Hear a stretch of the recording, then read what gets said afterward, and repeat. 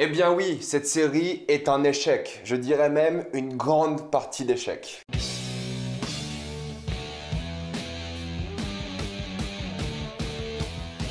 Le jeu de la dame. Comme d'habitude, jusqu'à la minute indiquée dans le titre de la vidéo, il n'y aura pas de spoiler, en tout cas vous êtes tranquille, après on va tout spoiler. Le jeu de la dame est l'histoire d'une fille orpheline qui va commencer à jouer aux échecs dès l'âge de 9 ans et elle est au fait une prodige des échecs. À partir de là, on va suivre son ascension de tournoi en tournoi pour combattre les plus grands maîtres d'échecs du monde des années 60. The Queen's Gambit ou le jeu de la dame est une mini-série Netflix de 7 épisodes d'environ, on va dire 45 minutes à 1 heure en fonction de l'épisode. Une mini-série, ça veut dire qu'il n'y aura pas de saison 2, il y a juste 7 épisodes et ça se regarde comme un film de 7 heures et ça se regarde d'ailleurs très facilement, on en parlera juste après. C'est une série qui va parler de jeux d'échecs et pour certaines personnes ça va faire un peu bizarre parce que peut-être vous ne connaissez pas les règles. Moi j'ai de la chance de les connaître, j'aime bien les échecs, j'y jouais quand j'étais petit, là il n'y a plus rien. Mais je connais les règles et je suis le genre de mec, des fois quand je suis sur YouTube, je passe mon temps à regarder des gens jouer aux échecs alors qu'en vrai je comprends pas ce qu'ils font, juste je connais les règles mais les manœuvres et tout, je suis complètement à côté de la plaque. Je me rappelle, j'avais regardé une vidéo d'un mec qui jouait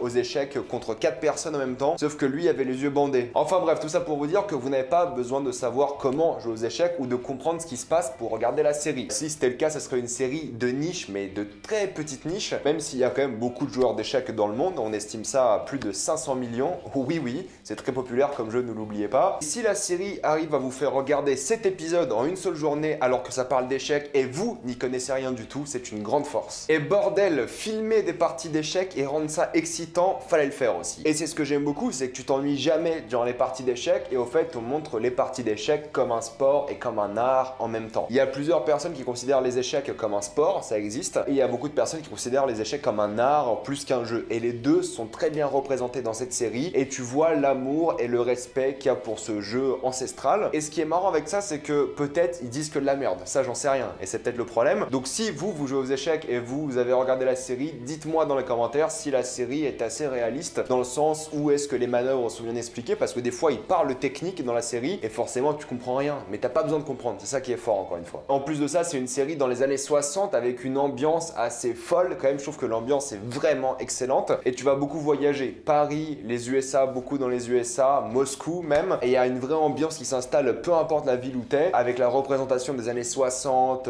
musicalement, visuellement, c'est vraiment bien foutu pour le coup. Et pourquoi cette série est très appréciée et beaucoup de personnes la regardent, c'est que c'est un principe très simple au cinéma qui marche parfaitement, c'est le principe du prodige. Pourquoi est-ce qu'on aime, nous, en tant que personne, regarder des gens extrêmement talentueux, des prodiges au cinéma ou même dans la vie de tous les jours? Parce que c'est les meilleurs. Et au fait, on est fasciné par les meilleurs des meilleurs. Peu importe le film ou la série, si on vous donne comme concept, en tout cas pour moi, peut-être vous, c'est pas du tout la même chose, mais si on me donne comme concept, c'est le meilleur à tel job, à telle profession, à tel sport, à tel jeu, peu importe, je regarde. Parce qu'au fait, il y a tellement une sorte de fascination par rapport au meilleur d'un domaine que tu as envie de savoir comment il est devenu le meilleur, comment il peut échouer et s'il faut ou s'il y a lieu de voir sa chute. Voir le nouveau meilleur réussir, c'est incroyable. Voir l'ancien meilleur perdre, c'est aussi incroyable parce que tu connais la montée en puissance et voir les défaites, c'est juste assez extraordinaire. Et c'est une comparaison tout à fait aléatoire, mais c'est pour ça aussi que je regarde la boxe, c'est que par exemple, il y avait un mec qui était, je vais pas vous citer de nom et donner de concept, mais il y avait un mec qui était champion du monde de poids lourd pendant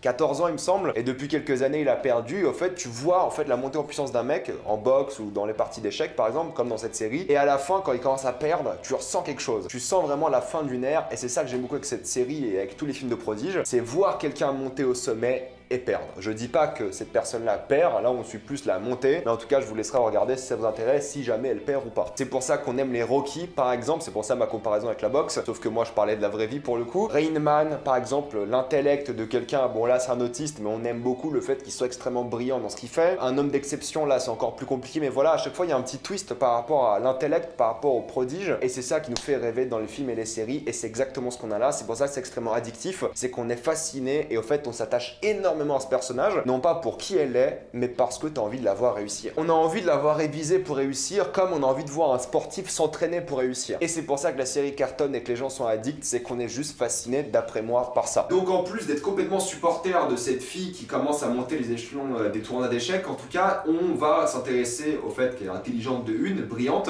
On va un peu comprendre comment elle analyse les choses et c'est vraiment bien foutu, je trouve. À sa vie sociale, à son passé, parce qu'elle est quand même orpheline et on explique pourquoi elle a des traumatismes par rapport à ça. À sa vie dans l'orphelinat, le premier épisode c'est uniquement dans l'orphelinat ou quasiment, et à son problème d'addiction. Comme vous voyez sur l'affiche, au fait, vous voyez bien qu'elle a un problème d'addiction. Sur l'affiche, il n'y a pas que des pièces d'échecs, il y a aussi de l'alcool, des médicaments, des choses comme ça. Donc l'addiction est évidemment une thématique majeure de la série. Et c'est bien réussi parce qu'au fait, elle est complètement accro à ces médicaments qui lui ont appris dès son plus jeune âge à jouer aux échecs. Et évidemment, quand quelque chose t'a appris à devenir le meilleur, t'as du mal à t'en débarrasser et c'est un peu tout le combat du personnage principal. Pour parler mise en scène, parce que quand même, bien filmer des parties d'échecs, il faut le faire, c'est très compliqué. On a le droit à des montages d'entraînement comme dans des films de sport et c'est vraiment bien réussi, ça te met bien en haleine les événements qui vont arriver. L'idée du prochain combattant et de l'entraînement t'excite vraiment et t'as envie de voir la suite. Il y a toute cette idée visuelle de la partie d'échecs au plafond parce qu'en fait l'enfant a appris à jouer aux échecs en regardant son plafond et en s'imaginant les pièces bouger. Les parties sont filmées de tous les angles, il y a des plans séquences qui tournent autour des personnages, il y a des zooms, on voit le plateau de haut, de côté, mais vraiment de toutes les manières possibles. Je crois qu'on ne peut même plus inventer de manière de filmer une partie d'échecs. Peut-être un point de vue d'une pièce qui bouge à une case à une autre, mais je crois qu'ils l'ont même fait dans la série, je sais plus trop. Enfin bref, ils ont vraiment tout fait pour rendre ça dynamique et excitant et c'est une réussite. Dans un épisode, il y aura même un montage pour montrer que deux personnes différentes jouent aux échecs, pas entre elles mais avec d'autres compétiteurs et au fait sur le plateau d'échecs, on va montrer le visage des personnages et la scène en question et j'ai trouvé ça génial. Il y a tellement d'idées, tellement de possibilités et ils ont à chaque fois réussi. Je me suis jamais une seule fois ennuyé durant une partie d'échecs. Et ce qui est le plus dingue, c'est que c'est jamais répétitif, c'est toujours de nouvelles idées de mise en scène, de nouvelles actions, de nouvelles choses qui bougent, que ce soit dans la géographie, dans le comportement des personnages, il y a toujours un petit nouveau truc pour pas tomber dans la répétition et encore une fois, ça c'est du génie. Même le fait de changer les décors de là où se joue la partie impacte énormément la mise en scène, l'ambiance et tout ce que vous voulez. En plus de ça, il y a une vraie tension, il y a du vrai suspense et lorsqu'elle fait une bêtise, tu le ressens au plus profond de ton âme parce que t'as envie qu'elle y arrive, t'as envie qu'elle gagne et ça c'est comme pour tous les films de prodige ou de sport, t'as envie que la personne y gagne. Du coup quand ils viennent peut-être en gueule de bois à l'entraînement ou à la partie d'échecs, t'es dégoûté parce qu'au fait les personnages t'ont déçu et ressentir ça c'est génial. Donc la mise en scène est top, le montage est vraiment top et imaginatif et original, l'ambiance est géniale, la musique est géniale, les décors, la mise en scène aussi en dehors des parties d'échecs. Il y a ce plan à chaque fois qui va montrer les hôtels de là où le personnage principal joue pour montrer justement l'évolution de l'hôtel, à quel point elle joue dans des endroits de plus en plus prestigieux et c'est génial. Il y aura ce plan je crois que 3-4 fois, enfin bref c'est vraiment intelligent ce qu'ils ont fait avec. Il y a une vraie mise en scène digne d'un film et ça c'est vraiment bien. En plus de ça, vu qu'il y a souvent des spectateurs qui regardent les parties d'échecs, t'as l'impression d'être dans la pièce, t'as l'impression de regarder la partie d'échecs comme les figurants dans la scène. Alors des fois, l'un des petits problèmes que j'ai par rapport à ça, c'est qu'il y a beaucoup d'expositions, vu que des fois il y a aussi des commentateurs de parties d'échecs, ils vont te dire à haute voix ce que tu sais déjà, ce que tu penses déjà. Alors évidemment, c'est pour pas perdre les gens par rapport à la partie, et des fois ils le disent à voix haute ce qu'il faut penser. C'est un peu dommage, voilà, moi on m'a pris pour un con des fois, c'est pas spécialement ce que j'aime quand je regarde un film ou une série, mais je comprends l'idée derrière. Je trouve que des fois c'était juste un peu trop forcé, surtout à la fin, au climax, il y a le commentateur qui sort une phrase, tu dis non mais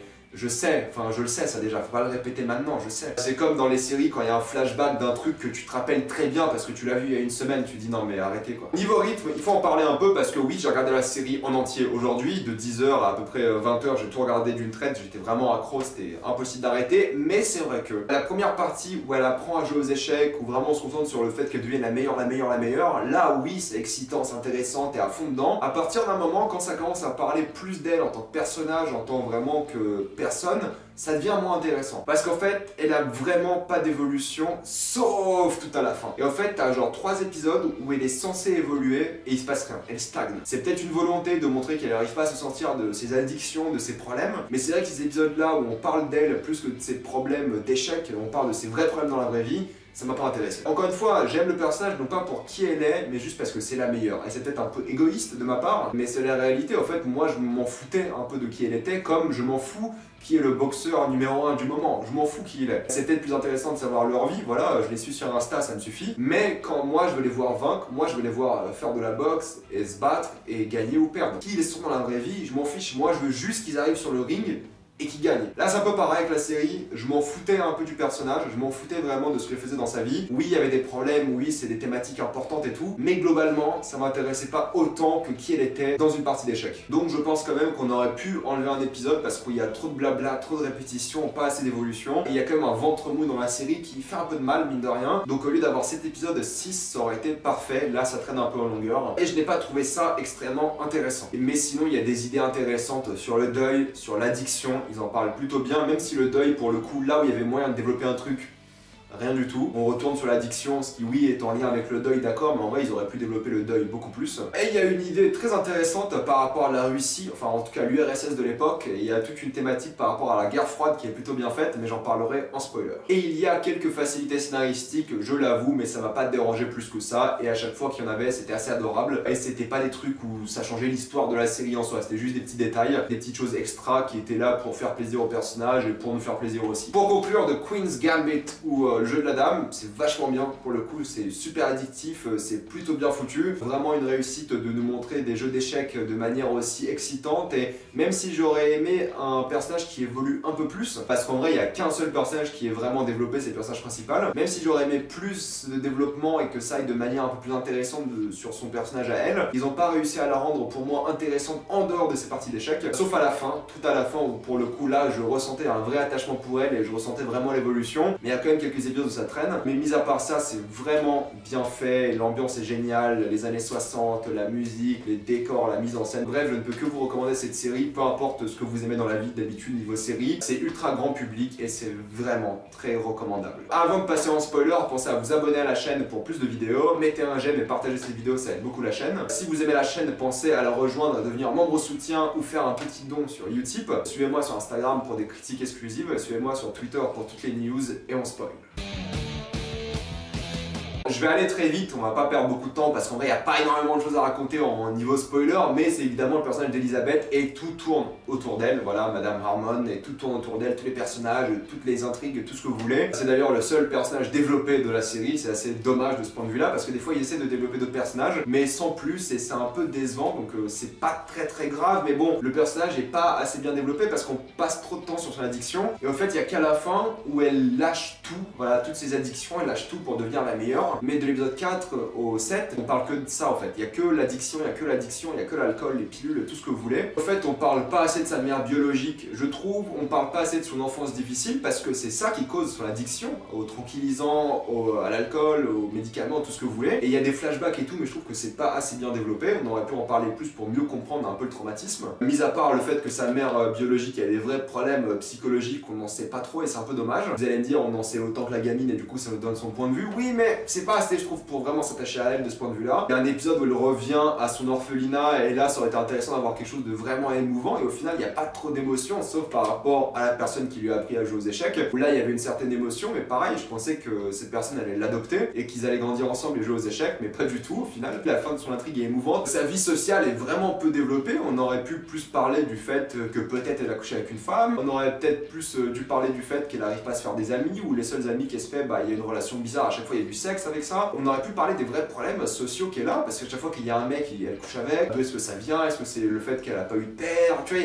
il y a plein de trucs comme ça où je me dis ça aurait pu être intéressant de développer ça plus que l'addiction. Le fait qu'elle couche avec des mecs et qu'il n'y a jamais rien derrière, on aurait pu développer ça. Est-ce qu'au fait elle préfère les femmes? On n'en sait rien. Tout ce qu'on sait d'elle, et c'est vraiment la chose la plus passionnante par rapport à elle, c'est son addiction aux jeux d'échecs et son amour pour les jeux d'échecs, c'est pour ça qu'il reste en Russie à la fin. C'est que là-bas, elle se rend compte qu'elle est heureuse, elle voit des gens jouer aux échecs, c'est vraiment un festival là-bas, les échecs, les gens sont passionnés, curieux, c'est un vrai jeu, les gens adorent ça, et c'est vrai que bah en fait elle est heureuse à la fin. Il n'y a que cette partie-là pour moi qui était vraiment réussie, c'était son amour pour les échecs, et toutes les autres sous-intrigues qu'ils ont voulu développer mais pas assez, bah pour moi ça a rendu le personnage pas assez attachant, et je l'aimais uniquement quand elle jouait aux échecs. Et son amour des échecs est pour moi l'une des plus grandes qualités de la série, et tous ces autres problèmes, bah, au fait, on n'en parle pas assez. Le fait qu'elle a eu une figure paternelle avec le mec qui lui a appris à jouer aux échecs, on en parle un peu mais pas beaucoup, ça disparaît très vite. En plus il y a cette scène où elle essaie justement de parler à son père adoptif pour lui dire que oui c'est son père mine de rien. Ils auraient dû creuser un peu plus. Clairement moi c'est Beltic qu'on aurait dû enlever, enfin pas lui le personnage mais juste le moment où il habite chez elle. C'est ambigu comme relation, on n'en sait pas trop et au fait bah il sert à rien, on aurait directement dû aller chez Watts. Du coup il y a une vraie répétition dans la narration, c'est qu'elle est entraînée par un mec, ils couchent ensemble etc. Ensuite elle est entraînée par un autre mec qui est là d'ailleurs battu comme l'ancien, et ensuite ils couchent ensemble, etc. Et ensuite elle s'en va. Et à la fin, tu sais même pas si elle finit avec Towns et tout, donc c'est un peu bizarre, un peu ambigu ce qui se passe par rapport à ces relations, et c'est dommage en fait qu'on n'en ait pas un peu plus. C'est comme Jolene, au final elle arrive en mode Deus Ex Machina pour sauver cette femme de l'addiction, ça sort un peu de nulle part et pour moi c'était assez décevant. Mais le côté guerre froide, moi j'ai beaucoup aimé parce qu'au final la morale de l'histoire c'est quoi? C'est qu'il préfère habiter en URSS là où il la respecte pour qui elle est et pour ce qu'elle fait. Et Orgov en fait c'était un bon antagoniste parce qu'en vrai tu sais rien sur lui, juste qu'il est passionné d'échecs, et en fait c'est un peu l'image d'elle dans quelques années. Et la fin où elle bat tous ses maîtres des échecs qu'elle a étudié, des choses comme ça, c'est tellement touchant parce que là elle se sent acceptée et c'est dingue comme série d'avoir ça comme message de fin. L'américaine triste aux États-Unis où elle est riche, elle a plein d'argent, est beaucoup plus heureuse en URSS où elle peut jouer aux échecs avec un vieux et là où elle est respectée. Moi j'aime bien la morale parce que ça brise complètement le cliché qu'on a sur la guerre froide. Elle, la politique, elle en a toujours rien eu à faire et tout ce qu'elle voulait faire c'est jouer aux échecs et gagner sa vie avec. Et là c'est ce qu'il va faire en Russie pour le restant de ses jours et c'est très cool en fait, c'est une belle morale. Son vrai amour pour le coup ça a toujours été les échecs, elle vit dans un pays où on respecte beaucoup les échecs. Je vais m'arrêter là, j'aurais pu attaquer plus en détail tous les personnages mais je pense que toute la série tourne autour de ce personnage là. Mais dites-moi dans les commentaires si vous êtes vraiment attaché à ce personnage plus à ses problèmes qu'au fait de jouer aux échecs, c'est très important. Tout ça dans les commentaires si vous avez adoré ou pas du tout la série. Pour moi c'est une belle fin et c'est clairement